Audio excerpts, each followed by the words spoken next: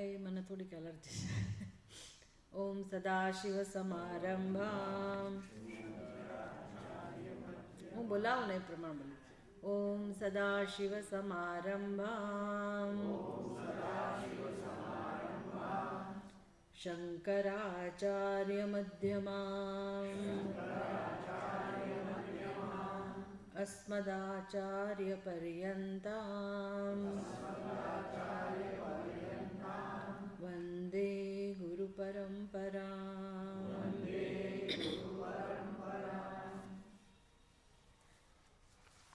મંગલાચરણનો પાઠ કરીશું.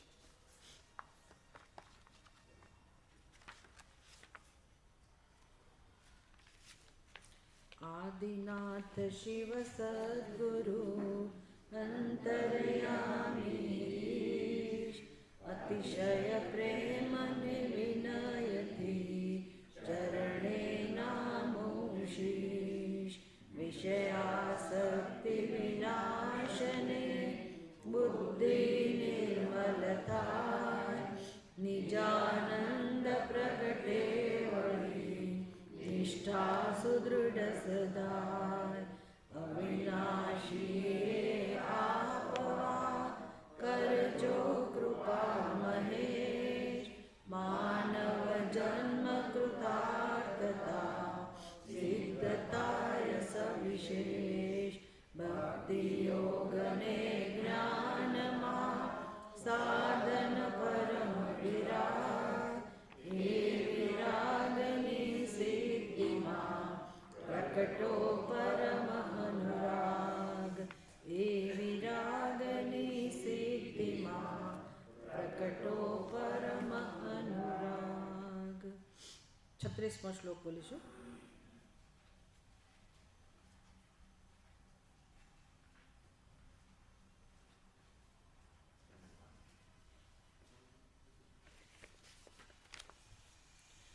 शमयितुर्मोदरमग्निं संसाराख्याम्बुधौ निमज्जन्ते तुहिनव्यथा निवृत्त्यै न हि वेश्मनि पावको देयः.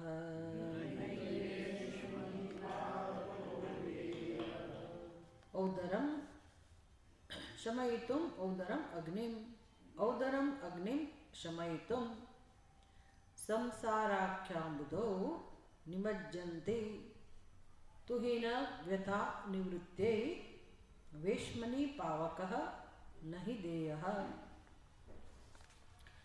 તો જુઓ, મનુષ્ય કેવું જીવન જીવી રહ્યો છે એનું સરસ વર્ણન કરે છે શંકરાચાર્યજી ભજગોવિંદમની અંદર. આ જ વસ્તુ સમજાવે છે. એ ત્યાંની ગલીમાં ફરી રહ્યા છે અને જુએ છે કે મનુષ્ય વૃદ્ધાવસ્થા સુધી કઈ પ્રવૃત્તિમાં મગ્ન છે. અને પછી દયાથી કરુણાથી પ્રેરાઈને એના હૃદયમાંથી આ શબ્દો સરી પડે છે. ભજ ગોવિંદમ ભજ ગોવિંદમ ગોવિંદમ ભજ મૂઢમતે. હે મૂઢમતી, આવું કહે છે. મૂઢમતી સંસ્કૃતમાં આપણને બહુ ખરાબ ના લાગે કોઈ મૂઢમતી કહેતો, તો ખરેખર ગુજરાતી એનું શું થાય? મંદબુદ્ધિ, મંદબુદ્ધિ, ગાંડો માણસ. એટલે હે મૂઢમતી, ગોવિંદનું શરણ લે, ગોવિંદનું ભજન કર. ગોવિંદનું ભજન કર એટલે ખાલી નામ રટણ કરે એવું નહીં, પણ ગોવિંદનો આત્માનું જ્ઞાન પ્રાપ્ત કર. પરમાત્માના સ્વરૂપને તું જાણવા માટે તારા જીવનનો ઉપયોગ કર. નહીં નહીં રક્ષતી ડુક્રુમ કરણે. મૃત્યુ આવશે ત્યારે તારી આ બધી પ્રવૃત્તિઓ, એવું કહેવાય કે એણે કોઈ સંસ્કૃતના રૂપ પાકા કરતા કોઈ વૃદ્ધ મનુષ્યને જોયો અને કહે છે કે નહીં નહીં રક્ષતી ડુક્રુમ કરણે. તો આ ડુક્રુમ કરણે એ સંસ્કૃત ધાતુ છે. સંસ્કૃત વ્યાકરણ શીખવું હોય તો પહેલાં તમને ફરજિયાત એ બધા રૂપ પાકા કરવાના હોય, ધાતુ શીખવાની હોય. કે ભાઈ ડુક્રુમ ધાતુ છે, એનો અર્થ શું થાય? કરવું. એટલે પછી ગોખે ડુક્રુમ કરવું, ડુક્રુમ કરવું, ડુક્રુમ કરણે. સંસ્કૃતમાં કરણે, ડુક્રુમ કરણે એટલે ગોખતો હશે. પણ એ જરૂરી નથી કે એ રૂપ પાકા કરી રહ્યો હોય. આપણે જે કંઈ કરીએ છીએ એ બધું ડુકરું કરને જેવું જ છે. એટલે અહીંયા એ રીતે વર્ણન કર્યું કે જીવનમાં મુખ્ય વસ્તુ કઈ છે. ઔદરમ અગ્નિ, ભાઈ પેટ ભરવાનું હોય, આપણે એને રોટી કપડા મકાન કહીએ. ઔદરમ અગ્નિમ શમયિતુમ, ઔદરમ અગ્નિમ શમયિતુમ સંસારાખ્યમ બુધો નિમજ્જંતી. તો મનુષ્ય તો શું કરે છે, આ એની સામાન્ય જરૂરિયાત, એ કે કઠિન નથી. સામાન્ય જરૂરિયાત પૂરી કરવી એ કઠિન નથી. આજકાલમાં તો આપણે જેને ગરીબ સમજતા હતા એવા કોઈ ગરીબ બહુ જ ઓછા લોકો હશે, બહુ જ ઓછા. જેને ગરીબીની રેખાની નીચે જીવતા હોય બહુ જ ઓછા લોકો હોય. ઝૂંપડપટ્ટીમાં રહેતા હોય, આપણને એવું લાગે ગરીબ તો હોય, આવા સ્માર્ટફોન તો હોય જેની પાસે, જે ઓછામાં ઓછા 10,000ના આવતા હોય. ઘણી વાર તો એપલનો ફોન જોવા મળે, આશ્ચર્ય થાય. અને બાઇક તો બધા પાસે, છોકરાઓ પાસે હોય. કામ ધંધો કશું ના હોય, ભણેલાય ના હોય, પણ આ બધું તો હોય જ, મિનિમમ આ તો હોય જ. પછી દેવું કરીને લોકો જીવતા હોય. એટલે આપણને એમ થાય કે ગરીબ લોકો કેટલા છે, બહુ જ જૂજ ઓછા. સરકાર લગભગ બધાને મદદ કરતી હોય, એટલે રહેવાની આવાસ યોજનાની પણ મદદ મળતી હોય, ખાવા પીવાની પણ મદદ મળતી હોય. લગભગ મનુષ્ય કંઈ એવો દુઃખી નથી હોતો. કદાચ હોય તો તે કંઈ એણે એટલો બધો શ્રમ ના કરવો પડે, એવું કે કઠિન નથી. પોતાનું પેટ તો ભરી જ શકે, સામાન્ય જરૂરિયાત તો એ પૂરી કરી શકે કોઈ પણ રીતે.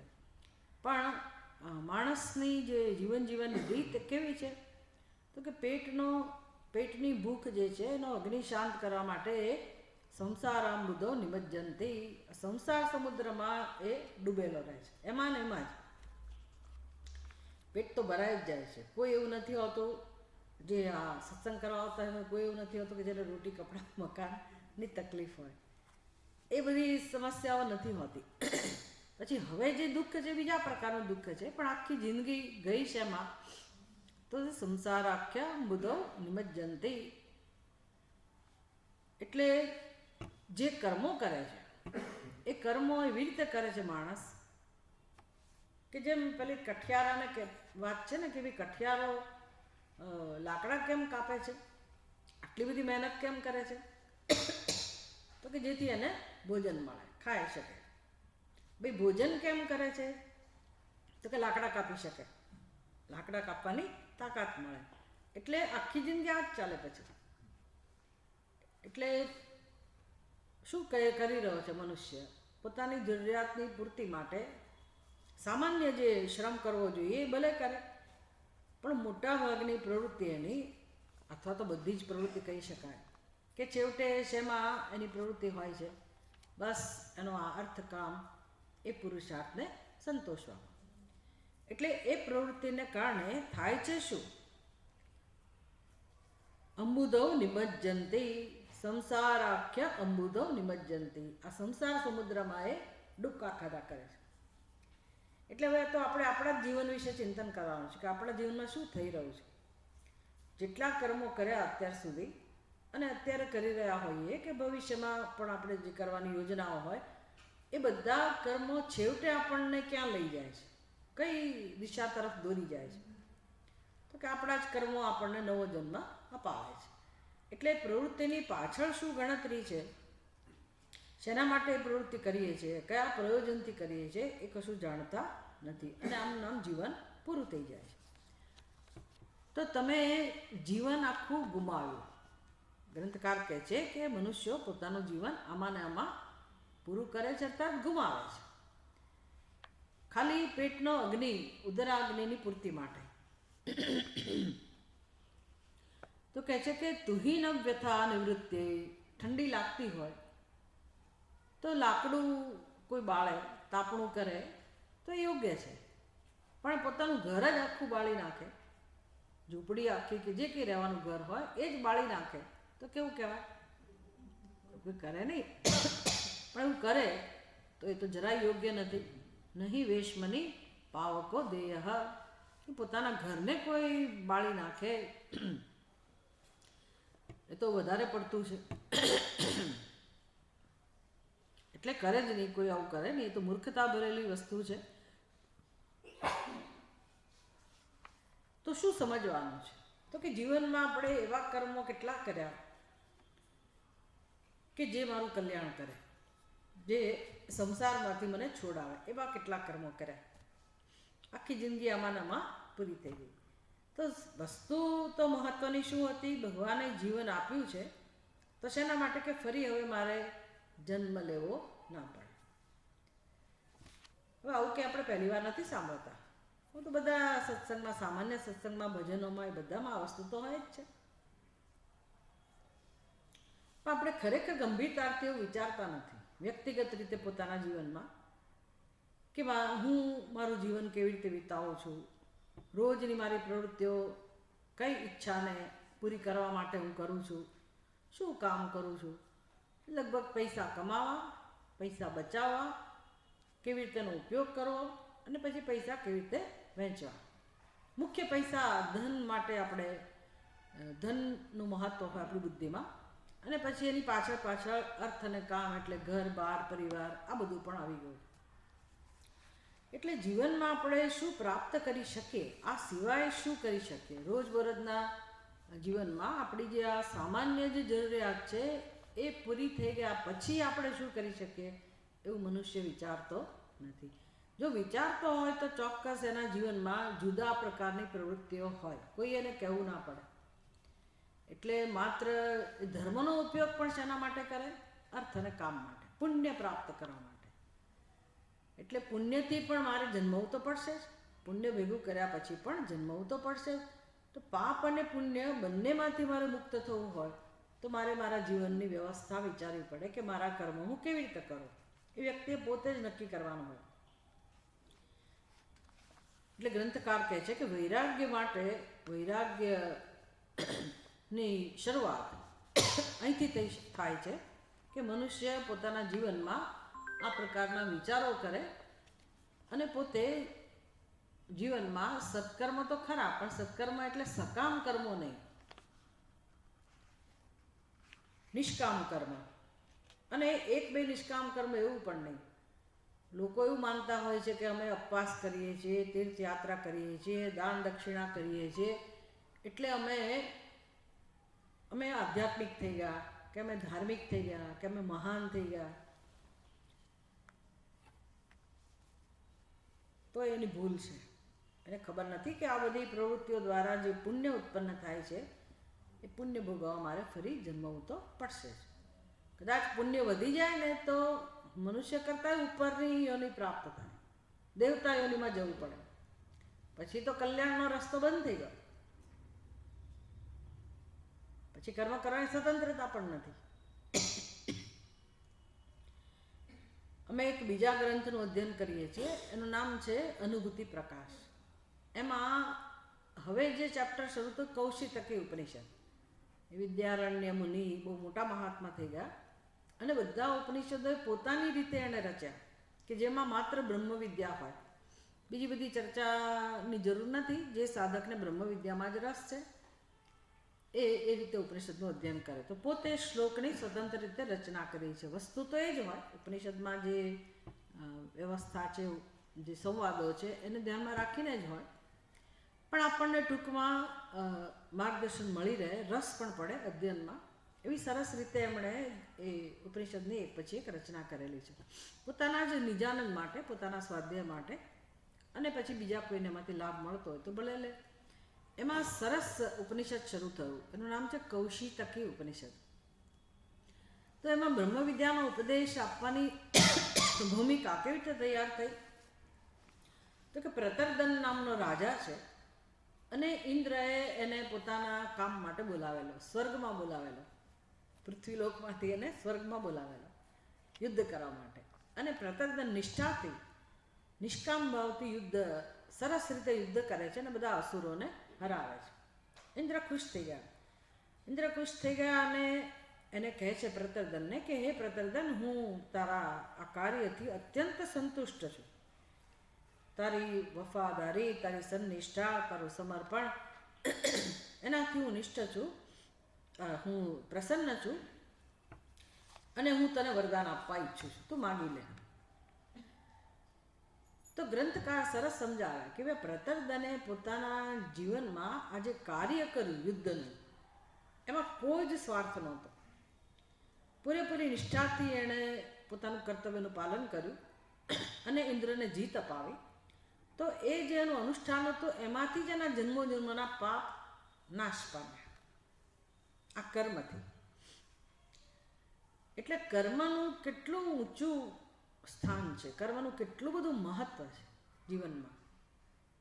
નિષ્કામ કર્મ, એ કર્મ જ આપણને નિષ્કામ બુદ્ધિથી જ્યારે કરવામાં આવે, ઈશ્વરને પ્રસન્ન કરવાની ભાવનાથી, સમર્પણની ભાવનાથી જ્યારે કર્મ કરવામાં આવે, તો એ કર્મ આપણને મોક્ષ સુધી પહોંચાડનારું બને છે.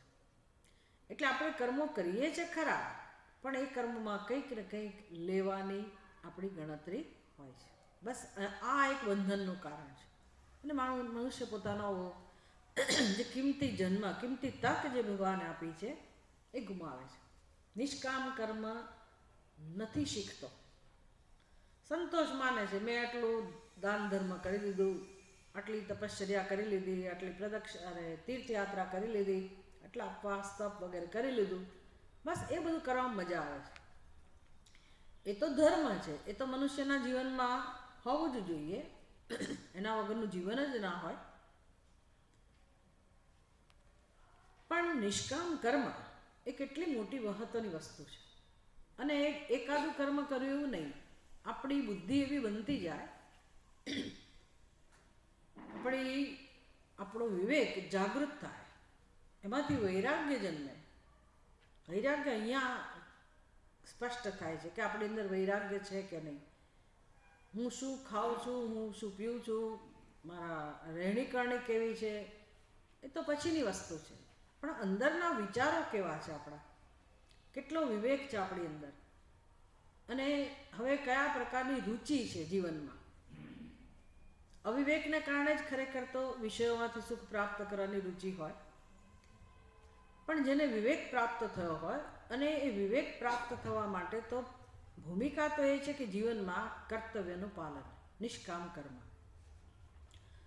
તો એ નિષ્કામ કર્મ કરવાને કારણે જે પાપ ધોવાય છે, એ પાપ બીજી કોઈ રીતે ધોવાતા નથી. ખરેખર તો પાપ કર્મો, સંચિત કર્મો જે આપણા જન્મો જન્મના છે, જે સતત આપણી સાથે છે, અને એ જ દુઃખનું કારણ છે. એ કર્મોનો નાશ બીજું કોઈ ના કરી શકે, ભગવાન પણ ના કરી શકે, કોઈ પુણ્ય પણ એવું એ કર્મનો નાશ ના કરી શકે. પણ નિષ્કામ ભાવનાથી જે આપણે કર્મો કરીએ, એ કર્મો દ્વારા આ પાપ ધોવાતા હોય છે. પ્રતર્દને એ કામ કર્યું, એને કારણે એની અંદર વિવેક જન્મ્યો. એ કેવું વિચારે છે. જ્યારે ઇન્દ્રએ કહ્યું કે તું વરદાન માગી લે, તો એણે બહુ વિચાર્યું કે હું શું વરદાન માગું. એટલો એ નિર્દોષ હશે, નિર્મળ બુદ્ધિનો એ બની ગયો.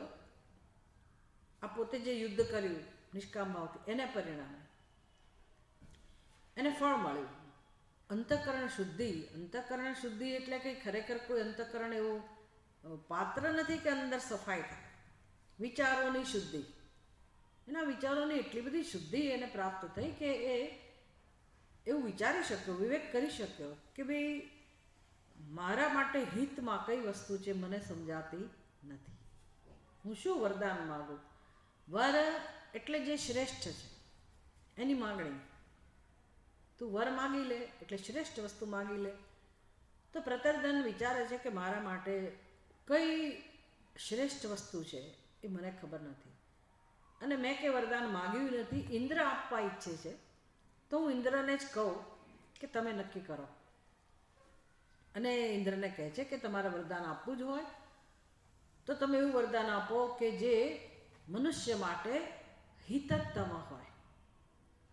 હિત, હિતતર અને હિતતમ, કે જેમાં ઉત્તમ હિત, શ્રેષ્ઠ પ્રકારનું હિત મનુષ્ય માટે જેમાં રહેલું હોય, જેનાથી ચડિયાતું બીજું કોઈ હિત હોય જ નહીં, એવું તમે મને આપો.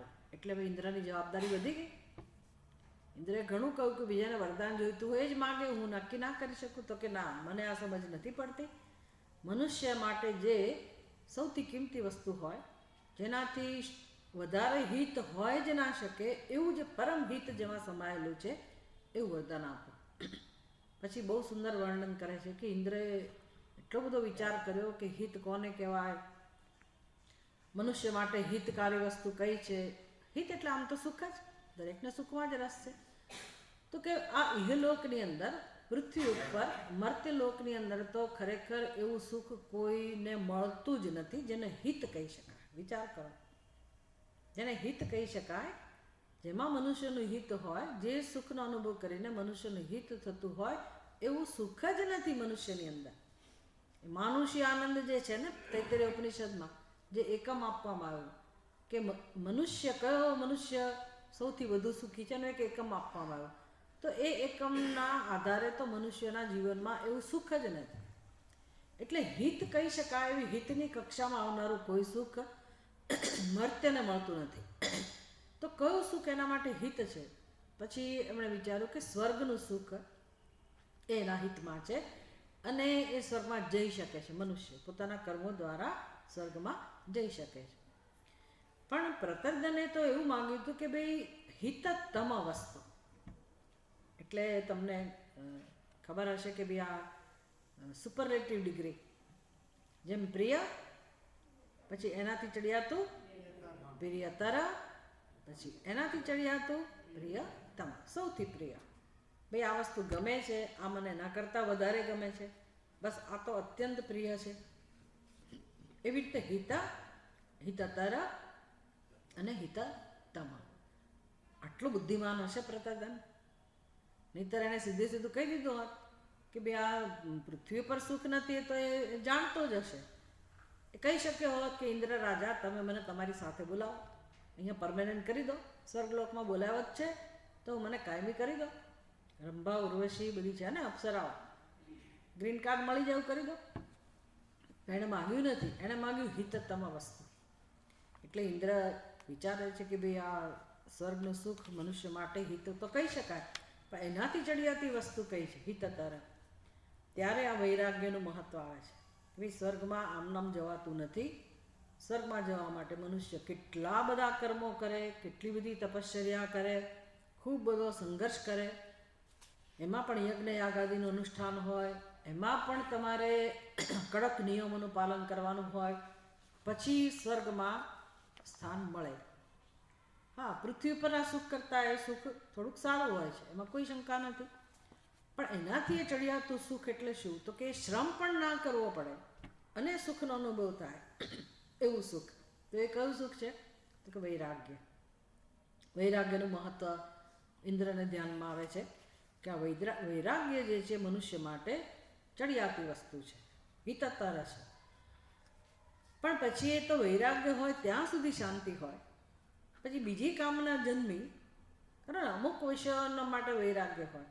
જગતમાં તો અનેક વિષયો છે, ક્યારે કઈ કામમાં જન્મે ખબર નથી. તો એ કામના જન્મે જ્યારે મનુષ્યના હૃદયમાં, વળી પાછી અશાંતિ, વળી પાછું અસંતોષ, વળી પાછું દુઃખ, તો ક્યાં જવું? એટલે જે સુખ છે એ સુખ તો આવનારું જનારું થયું. તો હિતતમ એટલે શું? તો કે જ્યાં નિત્ય સુખનો અનુભવ થતો હોય, પૂર્ણ સુખનો અનુભવ થતો હોય, અને જ્યાં ફરી કામના જન્મે જ નહીં, કોઈ પ્રકારના વિષયોની ઈચ્છા જન્મે જ નહીં અંતઃકરણમાં. જો એવી એને સ્થિતિ પ્રાપ્ત થાય તો એ મનુષ્ય માટે હિતતમ છે. એટલે હવે મનુષ્ય પ્રાપ્ત કરી શકે એવું હોવું પણ જોઈએ.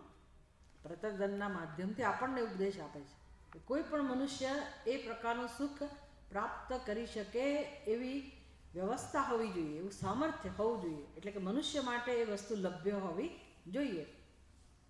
અને ઇન્દ્ર કહે છે કે હા પ્રતર્દન, હિતતમ વસ્તુ તો એક જ છે, અને એ છે નિત્ય જેનું સ્વરૂપ છે, નિત્ય સુખ જેનો સ્વભાવ છે, એવા આત્માનું જ્ઞાન, સ્વાત્મબોધ. તો આ હિતતમ વસ્તુ નક્કી કરવામાં આવી. તો મનુષ્ય ક્યાં સુધી પહોંચી શકે છે પોતાના જીવનમાં? જો વિવેક હોય, જો મનુષ્ય પોતે વિચાર કરતા શીખે. એવું છે ને કે આ બધું બધા જાણીએ જ છીએ, એમાં કંઈ નવું કશું નથી. ખરું, સત્સંગમાં વારંવાર આ બધી વસ્તુની ચર્ચા થતી જ હોય. મુશ્કેલી ક્યાં છે કે મારો પોતાનો નિર્ણય નથી બનતો. આ નિર્ણય આપણો પોતાનો બને. પોતાનો નિર્ણય ક્યારે બને? આપણું મન માને, આપણું મન સંમત થાય. બુદ્ધિમાં તો ઘણા ને બધી સમજ હોય, વિવેક હોય, પણ મન સંમત ના થાય. મન પાસે આપણું કશું ચાલતું નથી. એટલે મનને એની પોતાની ફરિયાદ હોય. માની લો કે વિષયોની લાલસા ના હોય, ઈચ્છાઓ ના હોય, પણ મન આડું જ ચાલતું હોય. આપણે કરવું હોય કંઈક તો મન સાથ આપે જ નહીં. મનને પોતાના આકર્ષણો હોય. આકર્ષણો ના હોય ને તો પણ એ જેમ સગાવાલા અમુક પ્રસંગે ખબર છે વાડા ચાલે, સહકાર ના આપે, રિસાય, એમ આપણું મન જ્યારે આપણે કામ કરવું ને ત્યારે જ એ વાંકું ચાલે. અને પછી બહાના શોધી કાઢે કે ભાઈ આજે તો મને માથું દુખે છે, આજે બરાબર નથી, આજે મૂડ નથી, આમ છે તેમ છે. એટલે ખરેખર કોઈ સાધન કરવું હોય ને આપણે તો આપણું મન મહાન શત્રુ છે, સાથ આપતું જ નથી. પ્રાણાયામ કરવા ને તો સાથ ના આપે, કસરત કરવી ને તો સાથ ના આપે. લોકોને કેટલું સમજાવ કરે, આપણે આમ તૈયાર થઈ જઈએ, સમજાય ખરું કે હા કસરતથી ફાયદો થાય છે, 100% કરીશ જ. હવે અહીંયા આટલા બધા પૈસા આપીને ત્યાં કસરત કરવી, આપણે ઘરે જઈને કરીશું એવો નિર્ણય લઈને આપણે ઘરે આવીએ, પછી થોડાક દિવસ કરીએ, વળી પાછું બધું હતું ત્યાં ને ત્યાં. એટલે કોઈ પણ સાધનનું અનુષ્ઠાન કરવું હોય તો આપણું મન આપણને સાથ આપતું નથી. એટલે કોણ શત્રુ તો?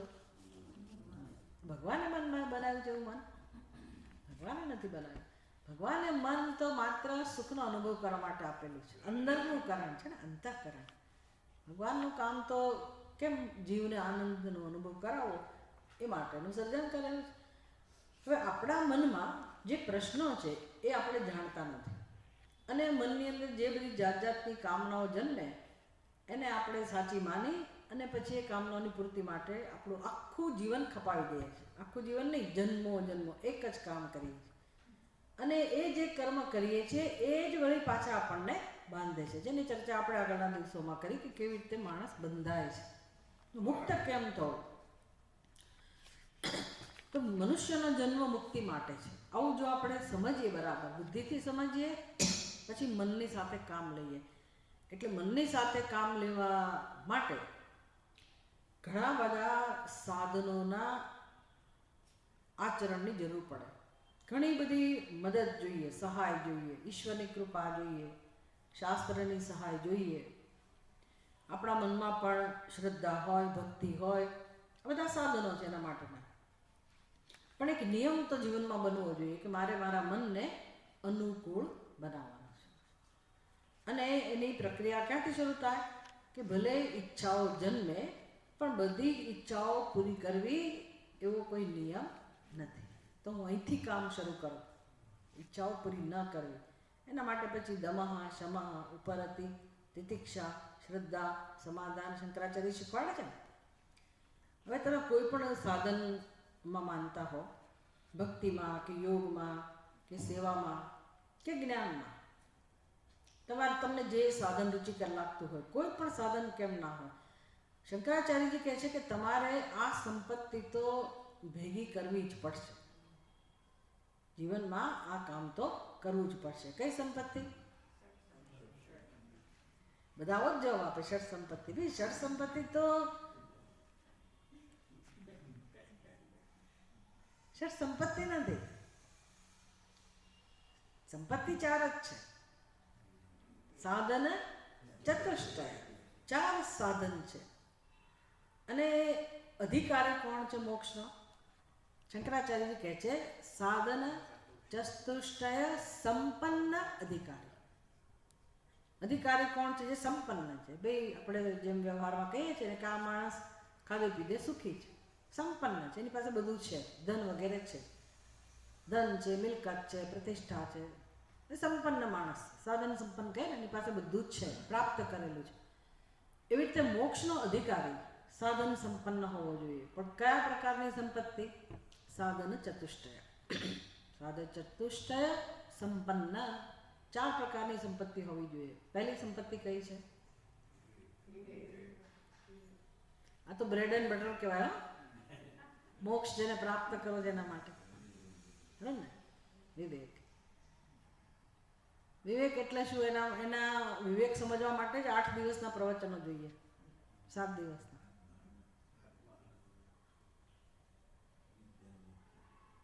એ વિવેક કોને કહેવાય એ શંકરાચાર્યજી વ્યાખ્યા આપે છે. તો શું વ્યાખ્યા છે એની? આત્મા અનાત્મા વિવેકની વાત નથી કરતા એ વખતે. મને એવું લાગે છે નેક્સ્ટ ટાઈમ જ્યારે આપણે મળીએ ને ત્યારે આ જ ગ્રંથ રાખવો પડશે. આપણે શરૂ કર્યું હતું તત્વબોધ, પણ ઘણો બધો સમય થયો એટલે બધું જતું રહે. કારણ કે આ તો પાયો છે. જો આ જ ખબર ના હોય આપણને, આમાં કશું એવું નથી કે આપણે કંઈ યાદ ના રાખી શકીએ, એ બધું છે જ નહીં. જરૂરી છે. એટલે આપણે જો ચિંતન કરતા નહીં શીખીએ તો આપણો પોતાનો નિર્ણય બનશે જ નહીં, કશો ફેરફાર નહીં થાય. સારું લાગે સાંભળીએ એટલે સત્સંગ, પણ આપણે જીવનમાં કંઈ કરી ના શકીએ. વસ્તુ આપણી પોતાની ના બને, આપણને પોતાને જે એનો લાભ મળવો જોઈએ ના મળે. એટલે બુદ્ધિ તો કસવી જ પડે. આ તો માર્ગ એવો છે, આ સત્સંગ તો એવા પ્રકારનો છે જ્યાં તમારે બુદ્ધિનો ઉપયોગ તો કરવો જ પડે. તમે એમ કહો કે ના ના મને તો યાદ નથી રહેતું, નામ નથી, તેમ નથી, ના ચાલે. ભૂતકાળમાં 25 વર્ષ પહેલાં શું બન્યું હતું હમણાં પૂછીએ, બધું યાદ હોય. કોણે ક્યારે કેવી રીતે કયા સગાએ અપમાન કર્યું હતું, શું બન્યું, કે બધું જ યાદ હોય.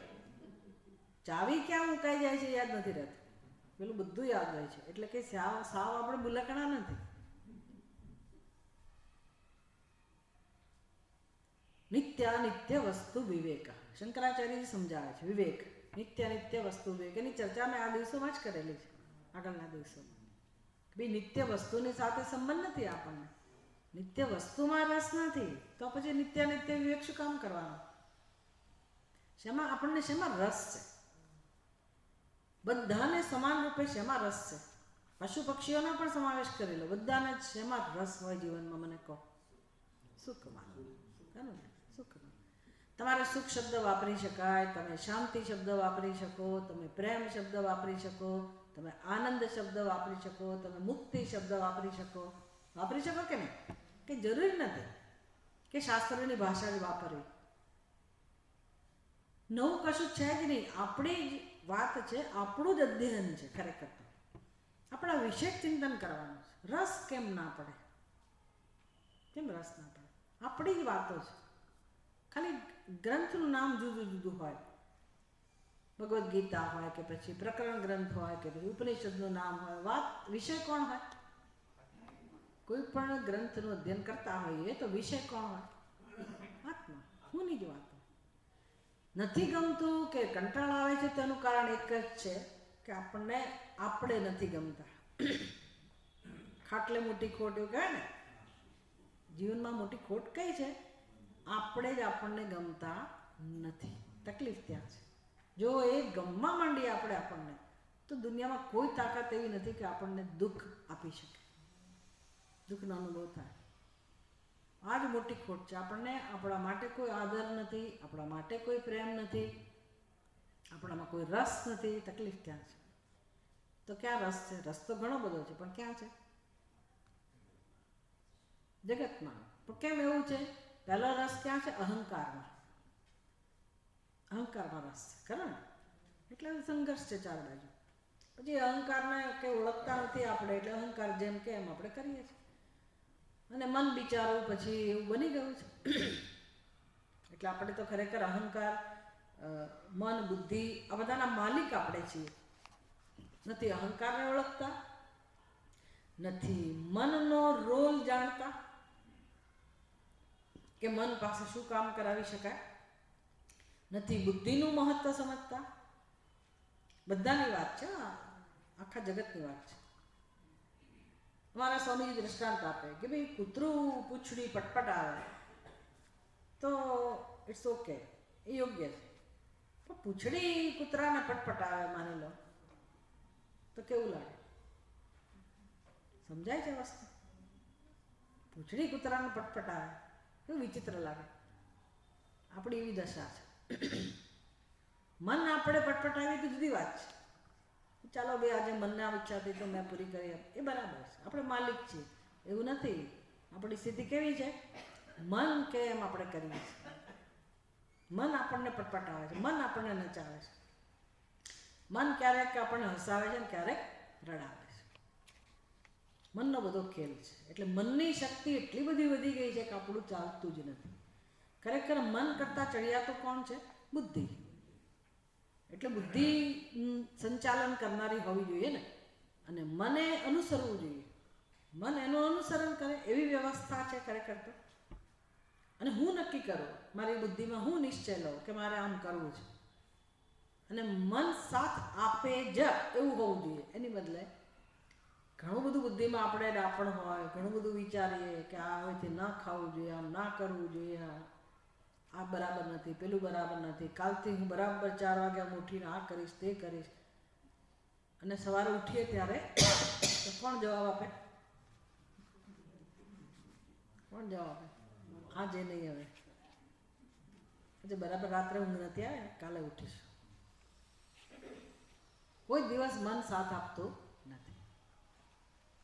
તો આ સ્થિતિ જે છે આપણી, એ કોના જેવી છે? પૂંછડી કૂતરાને પટપટાવે છે. આપણે બધું જાણતા નથી. બસ આ વૈરાગ્ય એટલે બધું જાણવું. જાણવું જ. તમે કોઈ પણ સાધનની વાત કેમ ના કરો, ભક્તિની વાત કરો, યોગની વાત કરો, ફલાણાની વાત, બધામાં જાણવાનું જ છે. વસ્તુ જેવી છે એવી જાણવાની છે. એ નિત્યાનિત્ય વસ્તુ વિવેક કરો. જાણો પહેલાં કે તમને શેમાં રસ છે. તમારા જ મનને પૂછો શેમાં રસ છે. મને પૈસામાં રસ છે, ને ઘરમાં રસ છે, ને આમાં રસ છે, ને આ નથી, ને પેલું નથી, ઢીકણું નથી, ને એટલે બસ બધું જોઈએ જોઈએ જોઈએ. એ તો મન તમને મૂર્ખ બનાવે છે. ઉપર ઉપરની માંગણી છે. જરા મનને શાંતિથી બેસીને પૂછો કે તારે ખરેખર શું જોઈએ છે. બેસીને પૂછીએ ને તો જવાબ મળે. આપણે અહીંયા સત્સંગમાં તર્કથી આ બધું શીખવાડીએ, વિચાર કરતાં કરતાં શીખવાડીએ કે જુઓ ખરેખર તો જીવને શાની જરૂર છે? આનંદની જરૂર છે, પ્રેમની જરૂર છે, શાંતિની જરૂર છે, અને શાશ્વત પ્રેમ, શાશ્વત સુખ, પરમ આનંદ, એની જ જરૂરિયાત છે. એનાથી કોઈ દિવસ આપણે ધરાઈ જતા નથી. બીજી બધી વસ્તુઓથી ધરાઈ જઈએ. ભલી ગમતી વસ્તુ આપણને મળી જાય તો પણ આપણે કહીએ કે બસ અલમ, હવે નહીં. પણ સુખ માટે એવું કહીએ છીએ, આનંદની અનુભૂતિ માટે એવું કહીએ છીએ કે નો મોર, હવે નહીં ચાલે. કોઈ દિવસ એવું થાય છે? કેમ એવું નહીં થતું? હવે બહુ થઈ ગયું સુખ. હવે ખટ્ટા મીઠા જોઈએ ભાઈ, સુખની સાથે દુઃખે જોઈએ એવું કોઈ કહે છે? હવે કેમ નહીં થતું હોય? દુઃખ માટે ક્યારેય ઈચ્છા જન્મતી જ નથી, દુઃખ ગમતું જ નથી, અને સુખ હંમેશા સ્વીકાર્ય છે. એવું કેમ છે? એવું કેમ હશે? હા હા, ના ના ના, મારું એવું કહેવું છે કે સુખ માટે તમારી માંગણી કેવી છે, તમારી તૈયારી કેવી છે? તમે એને આવકારવા તૈયાર છો કે નહીં? કાયમી સુખ મળે તો આવકારવા તૈયાર છો કે ના ના આજે સુખ મળે કાલે નહીં હોય તો ચાલશે એવું કહો તમે? સવારે મળ્યું તો સાંજે નહીં મળે તો ચાલશે એવું કોઈ કહે? ભાઈ ઘરમાં સુખ મળે તો બરાબર છે, બહાર સુખ નહીં મળે તો ચાલશે એવું કહો તમે?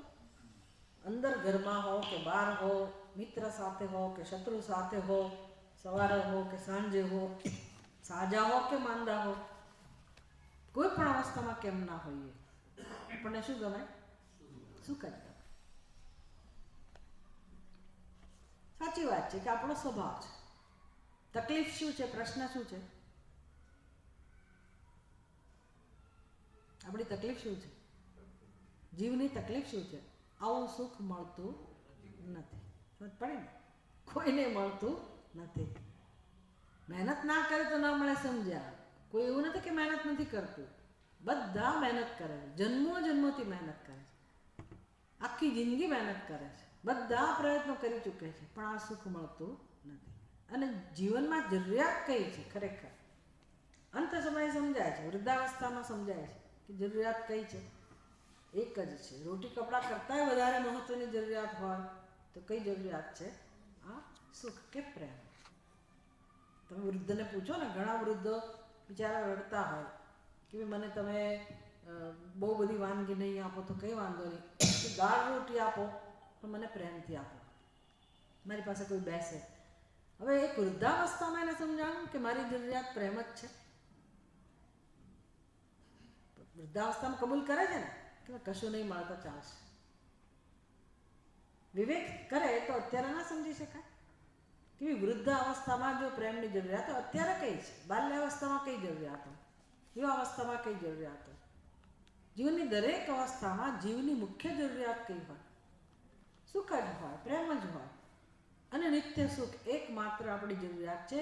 એ જ્યારે સમજાશે વ્યક્તિને, જ્યારે પણ એનું મન કબૂલ કરશે કે મારી આ એક જ જરૂરિયાત છે, બુદ્ધિથી સમજાય, ભલે કઈ જરૂરિયાત પૂરી નથી થવાની તરફ, અનુભવ નહીં થાય, પણ બુદ્ધિથી સમજાય તો ખરું કે આ એક જ જરૂરિયાત છે મારી, અને મનુષ્યનો જન્મ એવો છે કે આ જરૂરિયાત મનુષ્ય પૂરી કરી શકે છે. પશુ પક્ષીની પણ આ જ જરૂરિયાત છે, પણ એ લોકો કરી શકે એમ નથી. તો મનુષ્ય ઉપાધિનું મહત્વ સમજાય.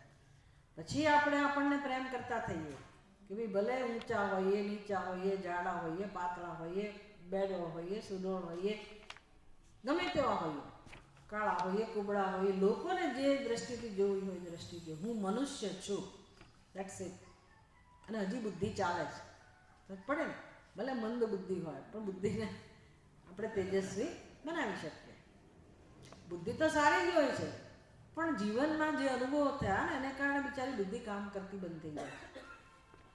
જેની નથી થઈ બુદ્ધિ હજી એવી, જે હજી તેજસ્વી છે, જે નાના હોય એ લોકો તો ચોક્કસ સમજી શકે. જે પોતાની બુદ્ધિનો ઉપયોગ કરી શકે એમ છે એ મનુષ્ય જરૂર પોતાના જીવનમાં જે કરવાનું છે કરી શકે. પોતાને પ્રેમ કરતા શીખી શકે કે ભાઈ હું મારો સ્વીકાર કરીશ. જીવનમાં આ બન્યું, તે બન્યું, આવા છીએ, તેવા છીએ, એના પર પૂર્ણ વિરામ આવી જાય. હવે આ વસ્તુ સમજવા માટે પણ એટલી બધી એકાગ્રતા જોઈએ ને, એ જ એકાગ્રતા પણ નથી આપણી અંદર, કારણ કે એનું મહત્વ પણ નથી. એટલે માણસને કેમ આ વસ્તુ પહોંચાડવી બહુ જ અઘરી વસ્તુ છે. આમ જોવા જાવ તો સાવ સરળ વસ્તુ છે, પણ આટલું સમજવા માટે આપણી અંદર જે તૈયારી જોઈએ એ તૈયારી પણ નથી હોતી. એટલી બધી હદે આપણે ડિપ્રેશનમાં, કે નિરાશાનો ભોગ બનેલા છીએ, દુઃખી છીએ, કંટાળાવાળા છીએ, આપણી બુદ્ધિને કશું સમજાતું ના હોય. ઠીક છે, હવે આપણે આવીએ છીએ તો સારું લાગે છે, પણ અને આ તો જાણીએ જ છે ને એમાં નવું શું છે, હજારો અંદર બધું ચાલતું હોય, શી ખબર. પણ એક વસ્તુ તો સ્પષ્ટ છે કે જ્યારે આપણી બુદ્ધિ આ સ્પષ્ટ રીતે નિર્ણય કરશે, એને સમજાવશે કે મારી જરૂરિયાત કેવળ અને કેવળ નિત્ય સુખની જ છે, તો પછી શંકરાચાર્યજી કહે છે તમે વિવેક કરો કે તમે જેની પાછળ પડેલા છો, જન્મો જન્મોથી જે વસ્તુ ભેગી કરવા પાછળ પડેલા છો, એમાંની કઈ વસ્તુ નિત્ય છે? કઈ વસ્તુ નિત્ય? સુખ મળે એવું લાગે છે, વિષયો પ્રાપ્ત થાય છે, પણ જે જોઈએ છે એવું સુખ મળતું નથી. તો ચાલો, એ તો પછી વિવેકની વ્યાખ્યા કરે, પછી વૈરાગ્યની વ્યાખ્યા કરે, પછી તમે કહો એ આવે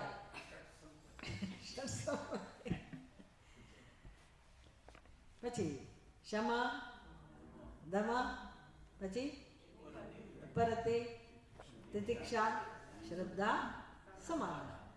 આ લિસ્ટ આવડી ગયું, બહુ સારું કહેવાય. આટલું આવડ્યું બહુ સારું. પછી ચેક કરવાનું હોય કે મારી પાસે ખરેખર છે કે નહીં. ભાઈ 1 લાખ રૂપિયા ખાતામાં જમા થયા કે નહીં જોવું પડે ને. પહેલાના જમાનામાં ગણવા પડતા હતા. તો આ સંપત્તિ ક્ષમા છે કે નહીં મારી અંદર, એટલે ક્ષમા એટલે શું કહેવાય એ શીખવું પડે, દમ એટલે શું કહેવાય એ શીખવું પડે. પછી મારે જોવાનું છે કે ભાઈ વ્યવહારમાં આ બધી વસ્તુઓ તરત જણાઈ આવતી હોય કે કેટલો આપણી અંદર ક્ષમા આપણે કેળવેલો છે, કેટલો દમ કેળવેલો છે, ઉપરથી કેટલે માત્રામાં છે. એટલે આ કંઈ ખાલી ઇન્ફોર્મેશન નથી, મારે એ બધું ભેગું કરવાનું છે, કેળવવાનું, અને એનો આનંદ છે. આપણને આનંદ થાય કે ભાઈ જો આ સંજોગોમાં આપણે નિયંત્રણ રાખી શક્યા તો આપણી અંદર દમ છે. મનના સ્તરે આપણી અંદર આવો નિગ્રહ કરવાનું સામર્થ્ય છે, તો મનના વિકારો ઉપર કેમ વિજય પ્રાપ્ત કરવો એ શીખી રહ્યા છીએ. ચલો, આટલી સફળતા મળી, કેવી સરસ વસ્તુ, કેવી સરસ વસ્તુ, બધાનો આનંદ થાય, બધી વસ્તુનો આનંદ છે. પણ ક્યારે આ બધું કરી શકો? ક્યારે કરી શકો? મારી બુદ્ધિ આમાં રસ લે, મારું મન આ કામ કરવામાં મને સહાય થાય. ઘરમાં એટલા પ્રશ્નો હોય, જીવનમાં એટલા બધા પ્રશ્નો હોય, જાત જાતની જવાબદારી, જાત જાતની ચિંતા, આસક્તિ, આમાંથી આપણે આ બધું કરી શકતા નથી. એટલે સૌથી પહેલો ઉપાય તો નિસ્વાર્થ કર્મ. કર્મ કરવાના જ છે તો એવી રીતે કરું કે જેથી આ બધું ધોવાય. આ બધું પાપ કહેવાય. હા, બાય ધ વે, જે ચિંતા હોય ને, રાગ દ્વેષ ચિંતા, બધું પાપ કહેવાય. બધામાં હોય, એવું નહીં કે આપણી અંદર હોય, સર્વત્ર હોય. કેમ હોય? ગઈકાલે શીખવાડ્યું આ બધું કેમ હોય, શું કામ આ બધું હોય? કારણ કે આપણી અંદર અજ્ઞાન છે અને આપણે ખોટી રીતે જીવન જીવીએ છીએ. એમાં ક્યાંય આપણે ફેરફાર કર્યો નથી, આ ક્ષેત્રમાં વિચાર કર્યો નથી અને અજાણતા આ બધું આપણી અંદર આપણે ભેગું કરતા જઈએ છીએ. આમ જોવા જઈએ તો આપણે નિર્દોષ છીએ અને આમ જોવા જઈએ તો આપણે દોષિત છીએ કે ભાઈ આપણે વિવેક કરતા શીખ્યા નથી કે જીવનમાં હું કેમ આંતરિક વિકાસ પ્રાપ્ત કરું. સારું, આપણે આ શ્લોક એટલા માટે લીધો હતો કે જેથી આપણે જીવનમાં શું કરી રહ્યા છીએ આપણને સમજાય.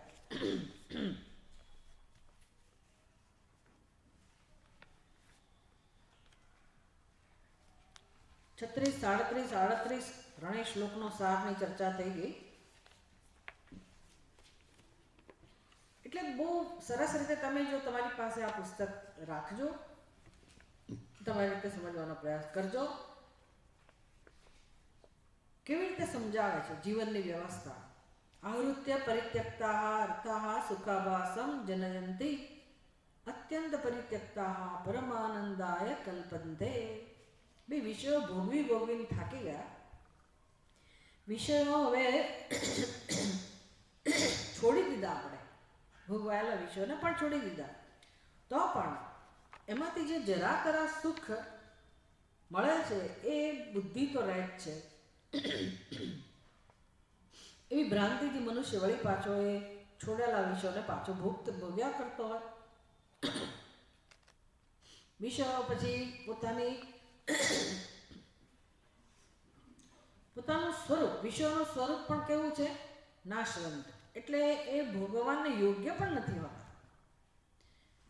જેમ આપણે એવું માનીએ છીએ એ ભર્તૃહરિ ગ્રંથમાં આવતું હોય છે કે ભાઈ આપણે એમ માનીએ છીએ કે અમે વિષયોને ભોગવ્યા ને, અમે પૈસાદાર છીએ, અમે ભાગ્યશાળી છીએ, અમારા ઘરમાં કોઈ ખોટ નથી, અમે આનંદથી બધું ભોગવીએ છીએ. ભર્તૃહરિ મહારાજ કહે છે કે ભાઈ તમે વિચાર કરો, તમે વિષયો નથી ભોગવતા, વિષયો તમને ભોગવે છે. વિષયો તમે ભોગવાઈ ગયા છો. કેમ ચોકઠું બનાવવું પડ્યું? મેં નથી ચોકઠું પહેર્યું, હું દ્રષ્ટાંત આપું છું. ચોકઠું કેમ બનાવવું પડ્યું? કારણ કે દાંત બિચારા ખવાઈ ગયા, ઘસાઈ ગયા. બસ એનાથી ઘસાઈ ગયા. આપણને એમ કે હું ખાઉં છું, ખરું ને? એની બદલે આપણે અન્ન ખાતા હતા, પણ અન્ન ખાવાની પ્રક્રિયામાં ધીરે ધીરે દાંત ઘસાઈ ગયા. અન્ન તો એટલું જ ભરેલું ચારે બાજુ, એનું એ જ અન્ન રોજ ખાય. અન્ન તો ચારે બાજુ છે, પણ મારા દાંત ખવાઈ ગયા. બહુ બધું સાંભળ્યું પણ કાન બિચારા ખવાઈ ગયા. હે શું કહું? અવસ્થા આવતા વાર નથી લાગતી. શું કોણ છે? આમ કરવું પડે, આમ કરવું પડે. બધી પરવશતા એ શું બતાવે છે? ખવાઈ ગયા, ભોગવાઈ ગયા, નાશ પામી જ રહ્યા છીએ. કોણ? આપણે. વયમ ભુક્તા, આપણે ભોગવાઈ. વિષયો ભોગવાયા છે. વિષયોની વાત તાજા છે. અને મનુષ્યનું શરીર તો ભોગ માટે છે જ નહીં. કેટલું ભોગવી કશું ભોગવી ના શકે, પણ માણસ સમજતો જ નથી. એટલે ભેગું કરે, આખી જિંદગી બધું ભેગું જ કરે. આ બધું વર્ણન છે એની અંદર. અર્થાનામ અધિકાનામ રાજ્ઞા ચોરેણ વાનાશઃ અન્ને ખલ્વેતિ ભુક્તે વમનમ વા સ્યાત એકો વા. અમને બધી ખબર છે. બોલો, એ જમાનાના. મને લાગે છે આપણે કયા જમાનાની વાત હતી? આ મહાત્મા કયા જમાનાના હતા? 1516, 1550. અકબર જહાંગીરના સમાન. એ જમાનામાં એમને આ બધી ખબર હશે. શું કહે છે? અર્થાનામ અધિકાનામ. જો તમારી પાસે અર્થ વધી જાય, ધન વધી જાય, અન્ને ખલ્વેતી ભુક્તે, હું મારી પાસે અન્ન ઘણું બધું છે તો હું ક્યાં તમારા ઘરનું ખાઉં છું? આપણે કે તમારા ઘરનું ખાઉં છું તો મારી પાસે જઈને હું ખાઉં છું ને, તમને શું ચિંતા છે? તો કે તમે ખાઈને કેટલું ખાઓ. અન્ને ખલ્વતી ભુક્તે વમનમ વા સ્યાત વિરેકો વા. શું દશા થાય? વધારે પડતું ભોજન ખાવા તો શું થાય? ઝાપટે જ રાખો, ધ્યાન બહાર જતું રહ્યું અને તમને બહુ ભાવ્યું એટલે પછી કાં તો તમને ઉલટી થઈ જાય અને કાં તો પછી વિરેચ, ઝાડા થઈ જાય. બધા જાણે છે. નવું કશું શું છે એમાં? પણ આ વસ્તુ અર્થાનામ અધિકાનામ, પૈસા વધી જાય ત્યારે શું થાય? જેમ જેમ પૈસો વધતો જાય એટલે લોકોની નજર આપણા ઉપર આવતી જાય, બરાબર ને? કેટલો પૈસો છે, કોની નજર હોય? ચોરની. ચોર એના ચોર ટાપીને બેઠો હોય, કેમ લઈ જાઓ? પછી ચોર એટલે એવું નહીં કે ઘરમાં રાત્રે આવે એને જ ચોર કહેવાય. કોઈ પણ દુકાનમાં જઈને ઊભા રહો એટલે તમને ઓળખી લે કે ભાઈ આ તો પટપટ પૈસા આપે છે, તો પછી જે વસ્તુ તમારે લેવી હોય એના 2 ગણા 4 ગણા ભાવ કરીને કહે તમને, અને તમે આમ પૈસા આપવામાં શું વાંધો, આપી દો. કોઈ બાર્ગેનિંગ કરવા વાળું સાથે હોય તો કંઈક તમને બચાવે, નહીં તો તમે ખાલી થઈ ના હો તો એ ચોર જ કહેવાય ને. લૂંટવા બેઠા હોય બધી રીતે. ચાલો એવો ચોર ના હોય તો એ જમાનામાં કોણ હતું? રાજ્ઞા, રાજાઓની નજર હતી એટલે તમારે ટેક્સ ભરવો પડે, બરાબર ને? એ જમાનામાં આવું હશે. એને શું કહેતા હતા? કર ભરવાનું. હજી પણ બીજું હશે. એક જમાનામાં ઉઘરાણી કરવા જતા હતા ગામે ગામ, કંઈક શબ્દ હતો કરવાના માટે. શું લગામ કહેતા હશે, શક્ય છે, ખબર નહીં. પણ આ રાજાના માણસો જાય ગામડે ગામડે અને જબરજસ્તી તમે આટલું ધાન તમારા ખેતરમાં પાક્યું તો તમારે આટલો ભાગ આપી જ દેવાનો. એટલે જે તમારી પાસે, એટલે એ જમાનામાં કરન્સી નહીં હોય તો આ પ્રકારે તમારી પાસે ધન છે તો તમારે કમ્પલસરી આપવું જ પડે. અત્યારે તમારી પાસે ધન, બધા તમારા ખાતા પર વોચ રાખે ને, બેંક એકાઉન્ટમાં ક્યાંથી આવ્યા, શું થયું. એટલે જેવું વધ્યું એટલે એ લોકો કહેવાના છે કે આમાંથી અમને આપો, લઈ જવાના. આવું છે. એટલે વધારીને તમે શું, તો પછી શેના માટે વધારવાનો? પ્રશ્ન એ છે કે તો માણસ કેમ ભેગું કરતો હોય? શું કામ? એની જેટલી જરૂરિયાત છે એટલું જો પચાવી શકે, જેટલો આનંદ લઈ શકે, એ સુખેથી રહી શકે. પણ ધ્યાન દોરે છે આપણું કે આખી જિંદગી માણસ આમાં વેડફી નાખે છે. પેલા શેઠને બિચારા દુઃખી જેવા જણાતા હતા તો મુનિમે પૂછ્યું કે મહારાજ તમે કેમ દુઃખી છો, કેમ આટલા બધા ચિંતા તમારા ચહેરા ઉપર છે? તો કે મને ચિંતા છે પૈસાની. તો કે હું હિસાબ કરીને આપું તમને. એણે કેટલું એની પાસે મૂડી છે ને એ બધો હિસાબ કરીને કહું કે બીજો 10 પેઢી તમારી કશું કર્યા વગર, કોઈ કામ ધંધો કર્યા વગર આરામથી જીવી શકે એટલો પૈસો તમારી પાસે છે. તો હવે શેઠને આનંદ થવો જોઈએ ને. હવે બીજે દિવસે મોઢું લટકાવેલું એટલે મુનિમ પૂછે છે કેમ આવી સ્થિતિ છે તમારી? તો કે મારી 11મી પેઢી, એનું શું થશે? આવું વળગણ છે માણસને, આવું વળગણ છે. એમાં થાય છે શું? એક તો દુઃખ મળે છે. આ પ્રકારની વૃત્તિને કારણે, આ પ્રકારની જીવન જીવવાની પદ્ધતિને કારણે જીવનમાં દુઃખ સિવાય કશું મળતું નથી. ઉપરથી સમજવાનું શું છે? જીવન આખું નકામું જાય છે. જે કરવાનું હતું એ માણસ કરી શકતો નથી. ત્રીજું, તમારામાંથી જ કોઈ કહે, ત્રીજું શું નુકસાન થતું હશે? હા, એક વસ્તુ મેં શું કહી, આ બધી વસ્તુ ભેગા કર્યા પછી એ શાંતિ નથી, ખરો ને? જેટલું ભોગવાય એટલું જ ભોગવી શકે છે માણસ, વધારે ભોગવી શકતો જ નથી. અને એ બધી પ્રક્રિયામાં દુઃખ અને દુઃખ જ છે. બીજી વસ્તુ કઈ બીજી કઈ વસ્તુ મેં જણાવી? જે કરવાનું હતું એ રહી ગયું. જીવનમાં આ બધું કરવા રોકાયા, એમાં જે કરવાનું હતું કામ એ રહી ગયું. શું કામ કરવાનું હતું ભાઈ? મનુષ્યનો જન્મ શેના માટે છે? કે ભાઈ હું મારા સ્વરૂપને જાણું, હિતતમ વસ્તુ જે છે એ જાણું, એનો વિવેક કરું, અને બુદ્ધિ આપી છે તો પછી હું એ લાભ લઈ લઉં. એ કરવાનું રહી ગયું, કારણ કે બુદ્ધિ શેમાં વપરાય? આ બધી પ્રવૃત્તિઓમાં. હવે ત્રીજી વસ્તુ કઈ છે?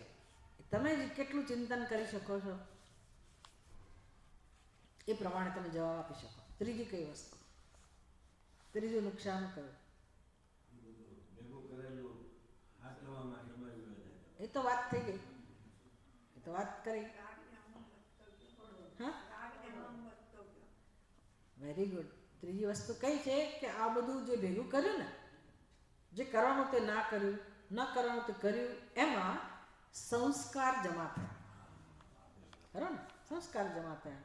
અહીંનું તો અહીંયા પતી ગયું, પડી જ રહ્યું, ભોગવેલું બધું પડી રહ્યું, વિષયો પડી રહ્યા, એ તો બધું કંઈ સાથે આવવાનું નથી. તો એકલા જ જવાના, પણ એકલા નથી જતા. સ્થૂળ બધું અહીંયા પડી રહ્યું, પણ એ ભોગવવામાં જે કર્મો કર્યા એ બધા સંસ્કારના રૂપમાં આપણે લઈને જઈએ છીએ. એટલે બંધનનું પોટલું નવું બંધ્યું. વિચારવા જેવું છે આ બધી વસ્તુ.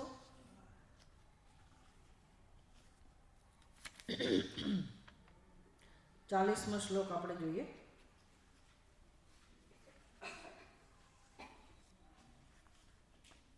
જનના દૃષ્ટાત પિતરો પુત્રા જાતા માતરોપ્યયા દૃષ્ટાત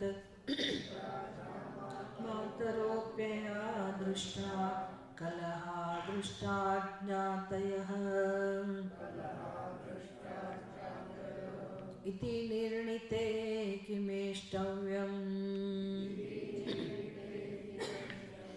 આ નવી વસ્તુ છે અને બહુ સરસ વસ્તુ છે. આ એની વિશેષતા છે ગ્રંથની.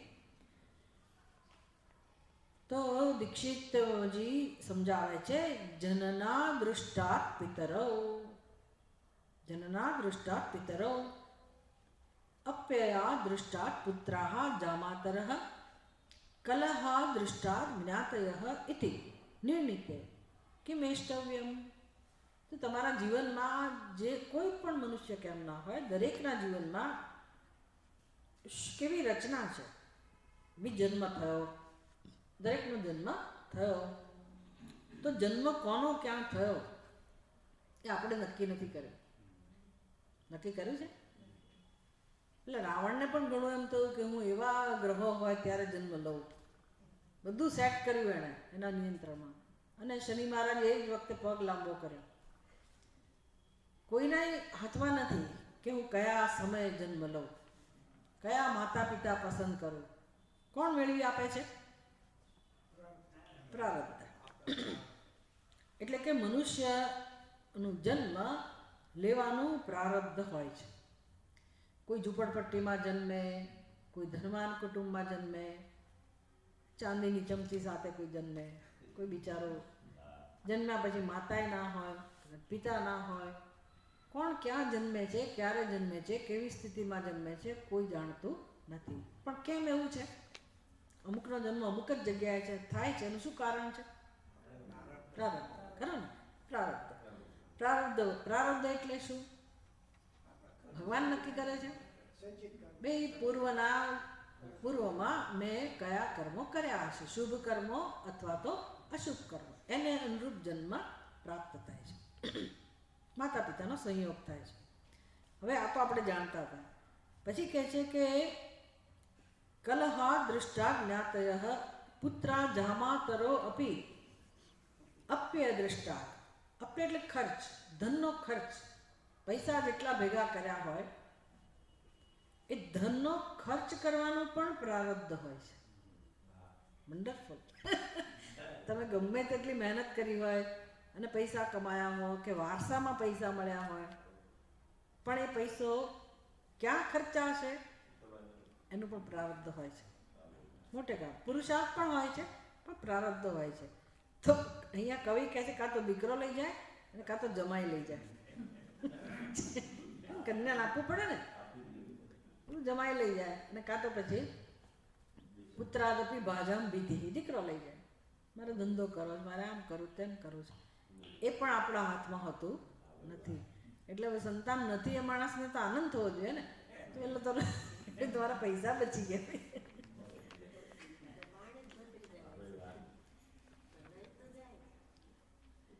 લઈ જ જવાના, કારણ કે પ્રારબ્ધ નક્કી કરે છે કે મારો પૈસો ક્યાં ખર્ચાશે. કોઈક વાર આપણી પાસે એવો પૈસો આવી ગયો હોય, આપણે સ્વીકારવું પડે કે ચોક્કસ એવો કોઈ પૈસો આવ્યો હોવો જ જોઈએ, નહીંતર આ પૈસો આ રીતે ના જાય. પણ એવી વિચિત્ર રીતે પૈસો જાય ખોટી રીતે જતો રહે, જબરજસ્તી આપણે આપી જ દેવો પડે, તો ત્યારે સ્વીકારવું પડે કે ક્યાંકથી ખોટી રીતે પૈસો આવી ગયો લાગે છે. આવું છે. નહીંતર પૈસાની ગતિ આપણે નક્કી કરી શકીએ કે ભાઈ જરૂર પૂરતી વસ્તુઓ ભલે લાવો, બીજાને મદદ માટે તમે પૈસો વાપરો, અને એટલે એક તો કે વિષયો ભોગવવા માટે એ ગતિ છે. ત્રીજી, તમે સત્કર્મમાં પૈસો વાપરો તો તમે તમારા ધનને એક ગતિ આપી, હા એની બીજી ગતિ છે. ત્રીજી ગતિ કઈ છે? ચોર લઈ ગયા, નાશ થયો, આ એની ગતિ હોય. એટલે કે ખર્ચ માટે પણ પ્રારબ્ધ હોય છે. ત્રીજું, કંકાસ કલહા દૃષ્ટા જ્ઞાતય. દરેકના જીવનમાં કકળાટ તો હોય જ, કંકાસ હોય. શેનો કંકાસ હોય? શેનો કકળાટ હોય? જ્ઞાતિઓ. અહીંયા જ્ઞાતય લખ્યું છે, આપણે સમજી લેવાનું.